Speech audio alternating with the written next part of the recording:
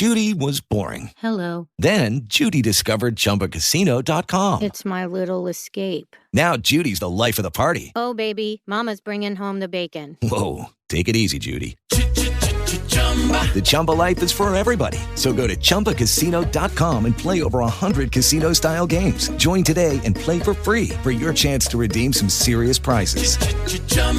ChumbaCasino.com. No purchase necessary. Void where prohibited by law. 18 plus terms and conditions apply. See website for details. Right, we live right by Woodstock in the city. Oh. Yeah, it's like 95 degrees or something today. You're not used to that. It's okay. I'll take it over the winter any day. True. I don't miss that at all. I grew up in Ohio where I used to shovel lots of snow. It was Where are you now? I've been living in Atlanta for over 3 decades. It's nice down there. Atlanta's fun. It is. Things are getting back to business, as I'm sure they are in your neck of the woods. Yep, for sure. Went from an empty calendar to a full calendar in a matter of days. Wow. Yeah, so you got a full schedule, I'm sure. It's probably been really not so great the last 15 or so months. We made the best of it, really. Yeah. Surprisingly, it was not the worst 15 months of my life. And that's the thing, you just have time to recuperate and to really recharge the batteries. I'm sure the creative ones as well. 100%, yes. I mean, I think sometimes you don't even realize how tired and burnt out you are until you have a chance to just slow down and reflect and be calm and still for a minute. That's so true. So your third album is out. That must be incredibly exciting and a good feeling of accomplishment. Thank you. Yeah, I feel like I finally birthed something that I've been carrying around for a few years. So it took a few years. I mean, from start to finish, how long from writing until the final release? I mean, we recorded it in January of 2020. So, with the intent of releasing it in 2020.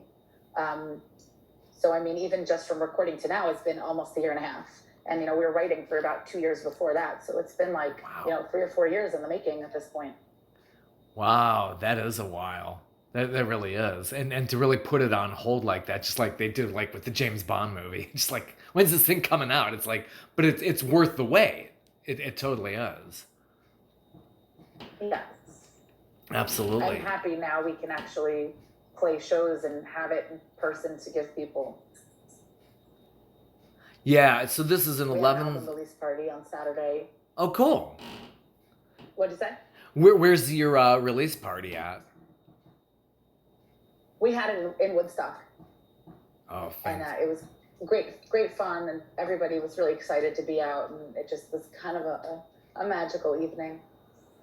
Yeah, great collection of songs carrying on the rockabilly spirit. It's just got so much energy.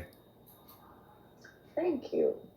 Absolutely. So it starts with the song "Let's Go." I mean, what was the origin of that? Well, without throwing anybody specific under the bus, this song, unlike my normal writing style, which is very positive and usually has like an optimistic spin, this one was kind of about a person who was really supposed to help my life and help my career, and I kind of put all my eggs in this basket with one basket with this person, and they really kind of let me down and ended up making things harder instead of easier, and I felt just like so frustrated and so stifled. And this was sort of like my therapy release to write this song and like process getting through that, and just like keep going. Like Let's Go is about just, I'm not going to let this halter me or stop me. I need to like push through this barrier and this frustration and overcome this issue. No, a great way to start off the album. It's like you got to have that energy and get people roped in. to the whole collection. So the title track, "Here to Tell the Tale," there's a little story behind that, and it involves an injury from a few years ago.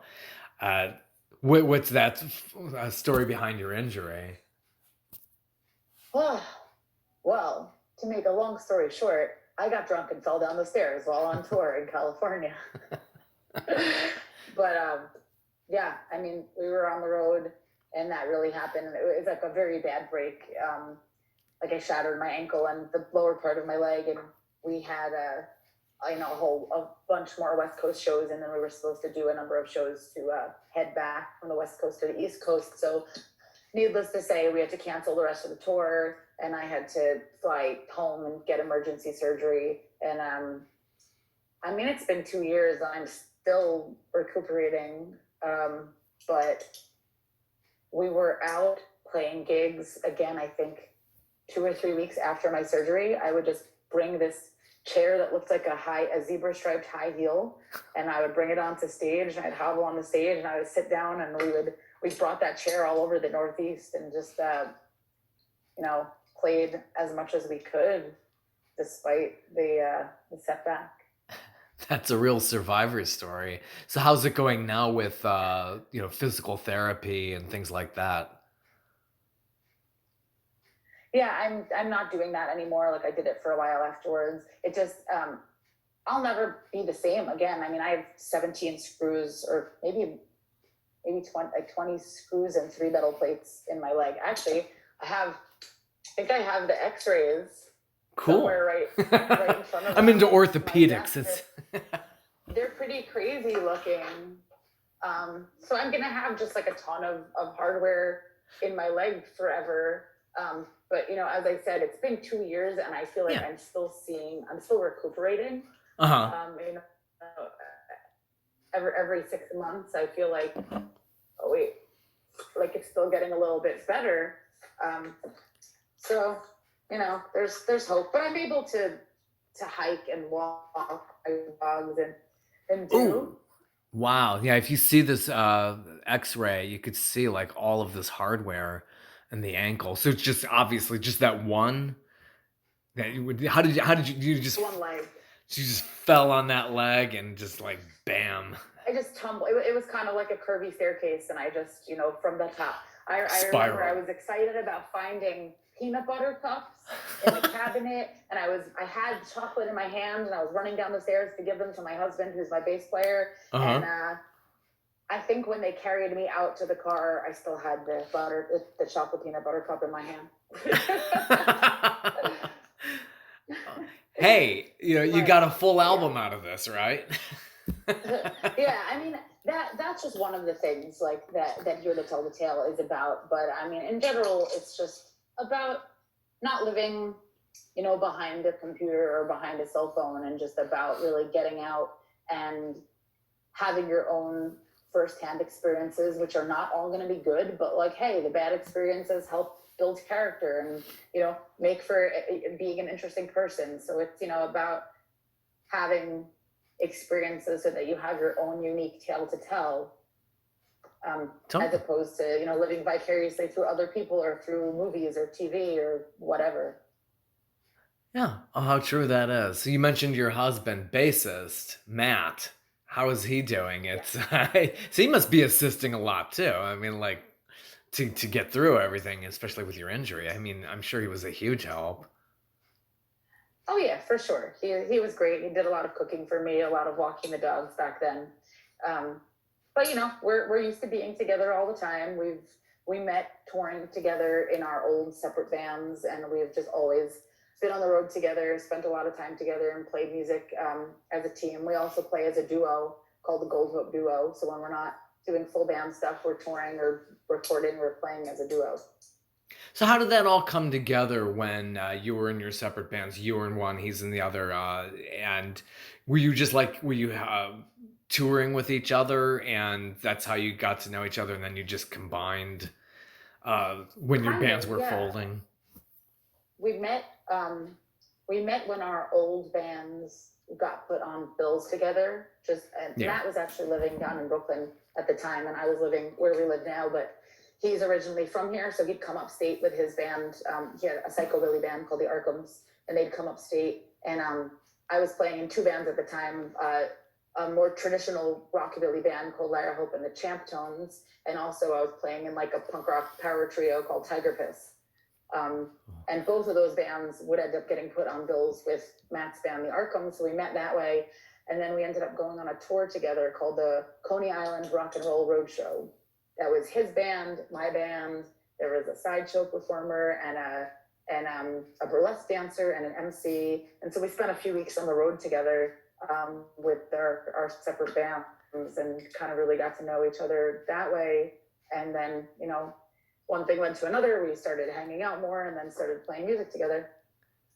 That is so cool. So, do you have a home studio? Do you make music when you're together at home, or is that just like totally, completely separate? And it's like, you know, music's in the studio or on the road, and home is home. Well, we just moved into our house right as the pandemic hit. We closed on our home on March 11th of 2020. So literally as the world was closing down around us. So we had a lot of time to really settle in here. I mean, we didn't leave the house for months, basically. The first few months we got this house. So this is the first time we've had a home studio since last year. And we've done some recording. We actually wrote and recorded a pandemic EP as a duo called Songs in the Key of Quarantine that we released last summer. Oh, cool. So you're always creating. I mean, you seem to find the creative spirit when you're in lockdown. So that's really excellent, I'm sure. Well, I had a lot of time then. Yeah, totally. So this is your third album, Here to Tell the Tale. You have some other really interesting tracks on there too that are a little bit more mellow, like It's a Crime. What's the story behind It's a Crime, and how did that come to fruition? I mean, you know, as I think I mentioned, like there is a little bit of a running theme throughout the album, sort of like I talked about Here to Tell the Tale, about, you know, getting out and having your own tale to tell. And It's a Crime definitely ties in with that, but on the, coming from the angle of, if you don't give yourself the opportunity to experience all of these things, you know, quote, it's a crime. You're robbing yourself of living your life. So yeah, that's really, it wasn't necessarily about a specific person, just as a generalization. Yeah, it kind of mellows out around that point. And you have another great track with the voicemails from your mother. I love this about having advice. And it's just like, you know, like I'm not asking for this advice, but we're just getting this unsolicited advice. That's a very good track. Some advice. So how was that, like, trying to get all that? That one's become kind of a crowd. Yeah, I'm sure.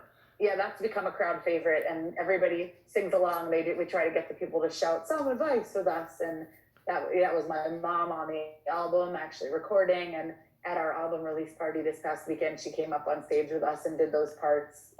You know, I grew up on Long Island with a very kind of overbearing advice-giving woman, and it's never changed, even as a married adult.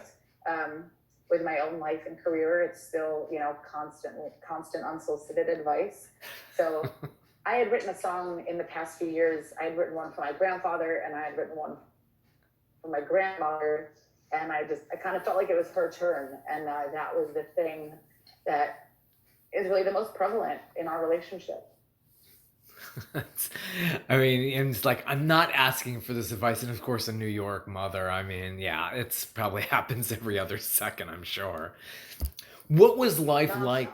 What was life like just growing up on Long Island? And how did you get into music? Life on Long Island, it was not very exciting, honestly. It was, you know, I grew up in like a pretty just safe suburban community. I got started in music doing community theater with my mom, doing musical theater. So I guess, you know, that was one of the more fun things that we did there. It's a great place if you love like shopping and religion. You know, there's a million synagogues and churches and strip malls. I think that's what there is. Which my mom likes those things, so it's good for her. But yeah, community theater, singing there, you know, singing in school and choir. And my mom, She used to play guitar, so she got me started playing guitar at around age 9. Cool. Did you take lessons or just basically played by ear? Both. I didn't take a ton of lessons. I took like a handful of lessons when I was first learning, and then I took a few lessons in college, but most of that was in between years for just self-taught. So being on Long Island, there's no way you can get away from somebody named Billy Joel. Has he influenced you at all on the island? I mean, I'm a Billy Joel fan. I respect Billy Joel. I'm not like a huge fanatic or anything, and like surprisingly, he wasn't brought up all that much. You sometimes hear like, oh, there's a lot of famous people from Long Island. Billy Joel, and more important to my life at this point is Brian Setzer is from Massapequa, which is like 15 minutes away from where I grew up. So there's like that kind of rockabilly ties. Yeah, I could hear that a lot in the music, definitely. Lots of Stray Cats influence. So when did you first discover the Stray Cats? Well, my husband has a great story. He remembers his mom getting him a Stray Cats cassette tape when he was like 10 or so, because his mom liked the Stray Cats. So he knew about them since he was like very, very young. I probably, I didn't, my parents weren't quite that cool. So I don't know. I don't remember when I started. Probably in my 20s is really when I like delved into the roots music scene more.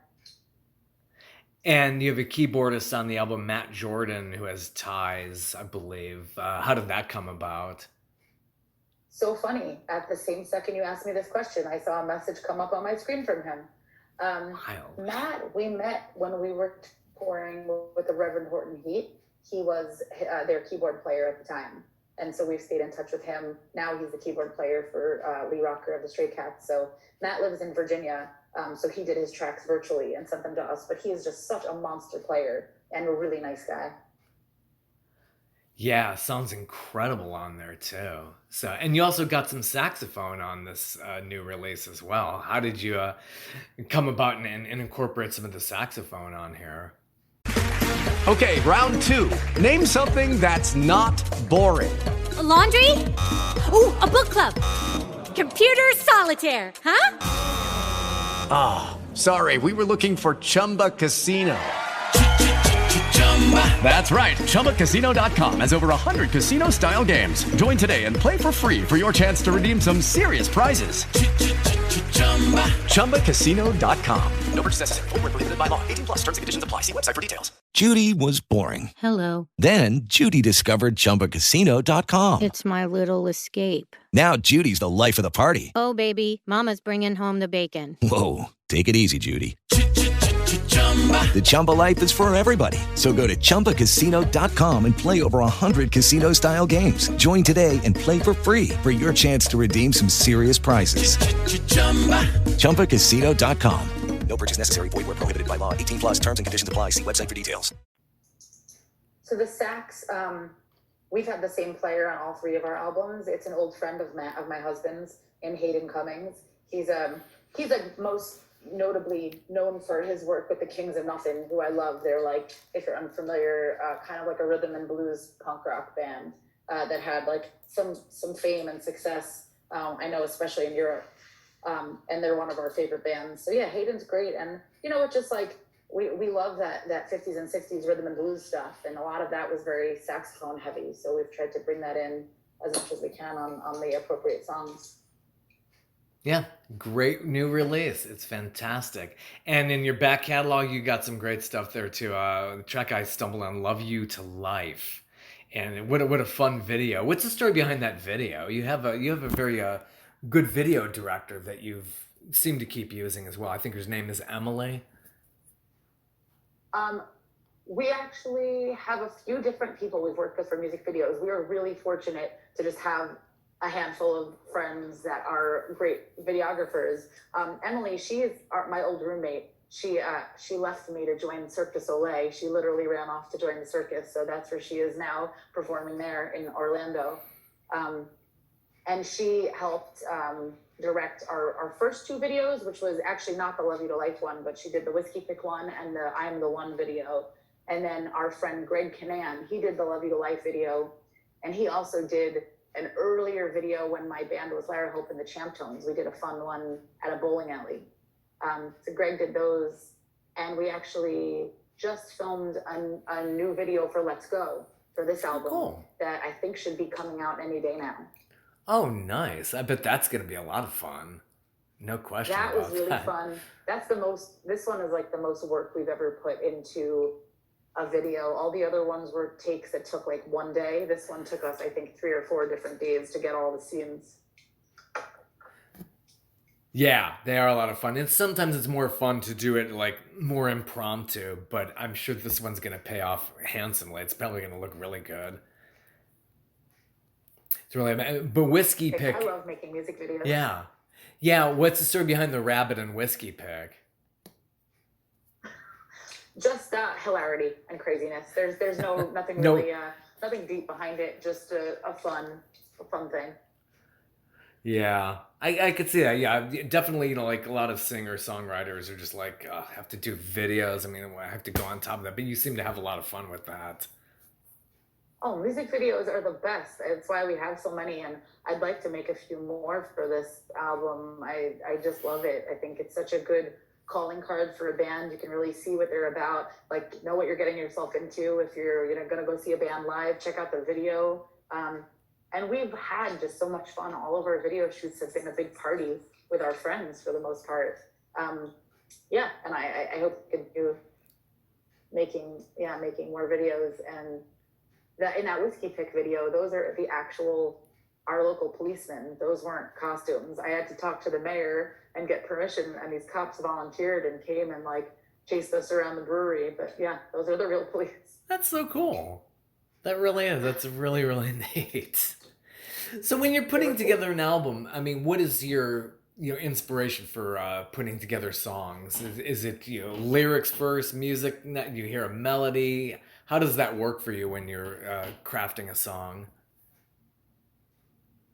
I almost always am a lyrics first person.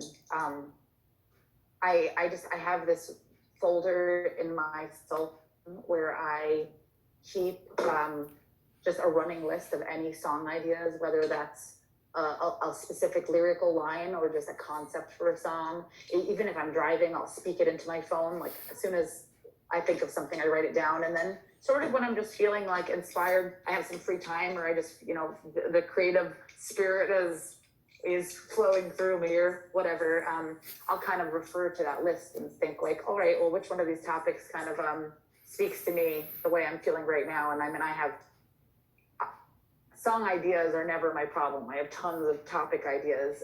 It's the music that, is what I need to sit down and that usually comes after the concept and lyrics. Do you co-write with your husband, or is you basically just come to him with the music ideas and the lyrics, and then he'll work it out with the bass? Yeah, and mostly that. I'll mostly come to him, and there are definitely, times where he's like, this is great, let's work with this. And then there are other times where he'll say, this part needs some work, why don't we try this here? So, it's definitely a collaborative effort, but a lot of times I'll come with at least like a skeleton of a song and an arrangement and lyrics. But whenever he does have an idea, like something to throw in, even if it's small, they're usually like really gems of ideas that really make the song a lot better. It's a great collaboration. It's great you found somebody in the music industry. You get each other. It's like, like, oh, I'm always on the road, and then somebody's always at home saying, hey, where are you? It's really nice that you are together. Do you do things that you need to do to kind of like have your own time, your me time? I mean, we should more. This year was different because there was no music industry, so we really just kind of hung out. With the exception of that album and doing our live streams, but still it was a lot more mellow than usual. But I mean, yeah, like we try to take walks and hang with our dogs and go to the beach when we can. But to be honest, it is really hard to separate it. It is Like, this is something we talk to our therapist about, you know, like I think any couple that works and Yes. plays together, like it just gets intermingled. And, you know, I've heard like, well, after 7 p.m., you should stop talking about the band and stop answering your emails. But that's easier said than done. It's like, it's my life and it's so intertwined. Yeah, that's tough. It's easy for a therapist to sit there and say that and say, "Oh yeah, just simply schedule your time." It's like, how could you do that when when inspiration just comes to you? Hey, I'm driving. I gotta get this down. I mean, it's the arts, and I think that's difficult. I'm sure. And it's the business of the art. I mean, like, you know, we manage the band ourselves. So it's not just, I wish it was just the writing and the recording, but it's a lot of the booking and the promotion and the graphic design and everything else that comes with that. You know, like I do tons of administrative work. Even in terms of when people place an order from our website, we don't have a warehouse or a record label shipping them out for us. Like if someone places an order, then we have to package it up and go bring it to the post office and mail it out. Yeah, you got to do everything. You don't have that kind of a budget. You're not a big record company. You don't have that. So it's like, people don't understand how much work there is that goes into a lot of this kind of stuff. I'm sure it's tough. It's a full-time job. And don't get me wrong, like it's as much as it's annoying to have to do so much, it is also nice to be the person that's actually in control of everything. And if something needs to happen, I know that it will get done. Or if it doesn't get done, I only have myself or Matt to blame. Oh, that's true. Yeah, you don't have to manage a whole crew. You don't worry about that. So yeah, but it's a labor of love, I'm sure. It's like as exhausting as it could be. You love doing it. So that's.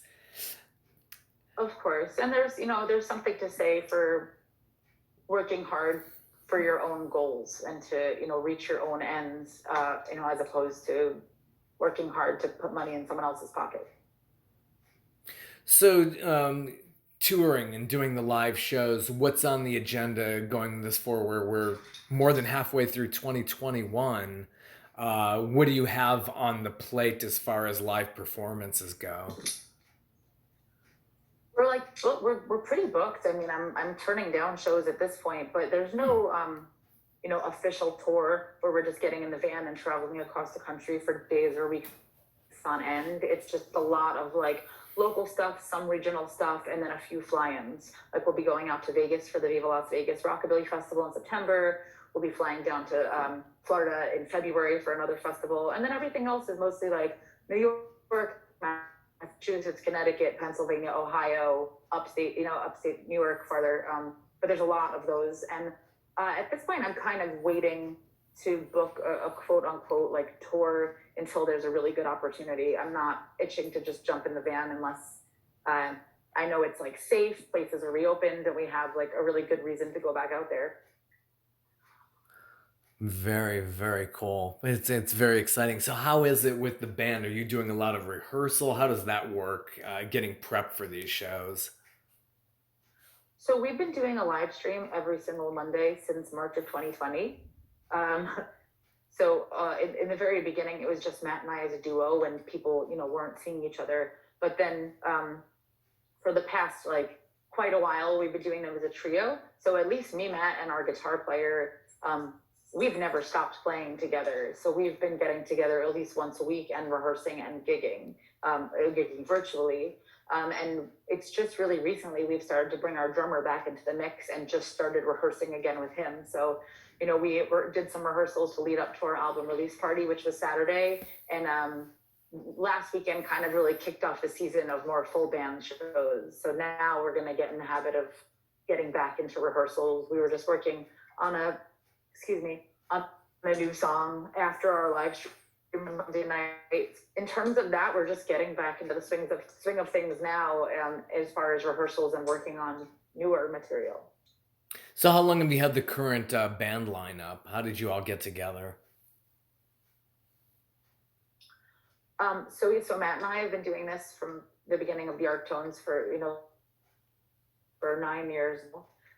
Eddie, our guitar player, we've had, I think, 3 guitar players in the past 9 years. Eddie was the first and only person I just put an ad out on the internet on Facebook, I believe, and just said, we're looking for a guitar player.